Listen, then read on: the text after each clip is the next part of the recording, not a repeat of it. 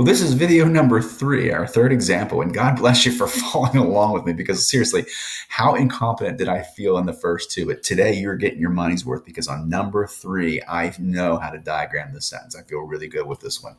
So here we go. We have our third example, which says, we were looking forward to summer when the circus comes to town. All right, so what we're going to look for here is we're looking for our adjective or our relative clause. I'm going to use that same color of orange, and I'm hyper-focusing on one of those W words or the word that. So here's we and were, which are W words, but that's not the word I'm looking for, but here's this word when. All right, so there's the word when, and I'm going to let it finish that thought. And so as I kind of listen to it, it says, when the circus comes to town. That makes sense. This is going to be a clause all by itself. So as we mentioned before, the word when and where and why are tricky because these are relative adverbs, not relative pronouns. They're relative adverbs. And oftentimes words like when and where and why can create other clauses. The word why oftentimes makes a noun clause. The word where and when oftentimes make adverb clauses. And now I'm telling you they can also work as adjectives. So that's a little tricky. So let's talk about how I know this is going to be an adjective clause. The first thing is I find this word when, and I know it has to be modifying a noun in front of it. And really, you only have 2 nouns in front of it. So you have outside of this is another sentence, which is we were looking for, seriously, I draw a line. Look at me. What is wrong with me? I swear that is ridiculous. All right. We were looking forward to summer. So here's this sentence here. It's got to be modifying a noun in front of this. And so there's the word we, which is really far away. And here's the word summer. Well, I want you to remember words like when are going to be modifying some kind of time. It makes natural sense that the word when would be modifying something that answers some kind of time. And so the thing that tells you time is the word summer. Summer is a time. So it's modifying a noun. And because summer is a noun, that's how I know it's an adjective clause or a relative clause, because this structure here in orange is working as an adjective for the word summer. It's an adjectival. It's describing that word summer.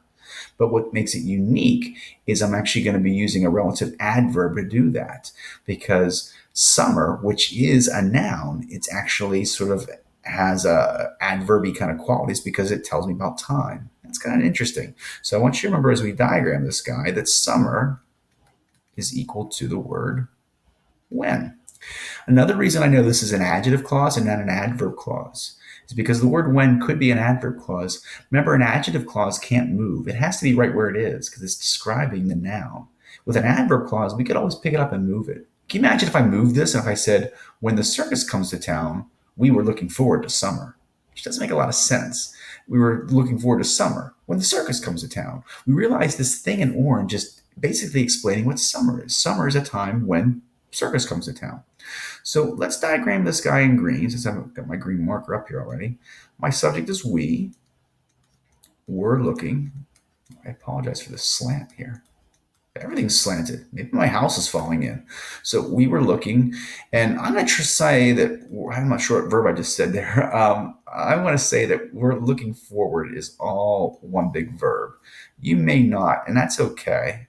Maybe you're right and I'm wrong. I've been wrong all night tonight, but I was going to say that looking forward was sort of like saying anticipating. Seriously, I got a good slant going on here. I was just thinking that as maybe being an idiom. So if you want to play along with me, I was thinking like, hey, we were anticipating, looking forward, that sort of thing. Hoping, sort of thing. Anyway, it's a nice purple. What color is that? Magenta, I think it just said. I like you, magenta. All right, here we go. Back to our green. We were looking forward, and then, or we were anticipating, we're looking forward to summer. Okay, nothing groundbreaking there. Let's do this adjective clause. So once again, our pattern is always to take on everything except for that relative pronoun or the relative adverb. Do him last. So I can see that my subject verb is circus and comes. I don't know how to spell the word circus, so I am an intelligent human. So circus comes where? To town. And then the circus. All right, I'm going to pause. It's going to get a little tricky here. Okay. So I know the word when is a relative adverb. All right? That's what the RA stands for. It's an adverb. So an adverb should connect to this verb. So the word when should connect to this verb. So you have two choices. Now, the way the author does it, I'm going to put the author's answer in blue. All right. So what she does is she just simply takes that word when and drops it down here like this. And so she says, well, the word when is equal to the word summer. So I want to connect those. And it's like saying the circus comes to town when? Summer. Swell. Now, I've had a few kids in the past ask me this, and it's not how the book shows us, but they've asked me a question. I thought it's a really interesting point. They said, well, if the word when is equal to the word summer, and in the last unit, we talked about how nouns serving as adverbs, remember this is an adverb right here. They said, well, if it is serving as an adverb, but it's a noun as an adverb, shouldn't we flatten it? Because basically the word summer is trying to sit over here. And if summer was in the sentence, you would flatten it because that would be a relative adverb. And I said, my gosh, that's brilliant. You might be right. I don't know. I don't have the answer. I see. I even told you that I felt so confident with this one. I do actually. I'm going to put the word when here, and you could do that. So you could also say, and put it on a flat line.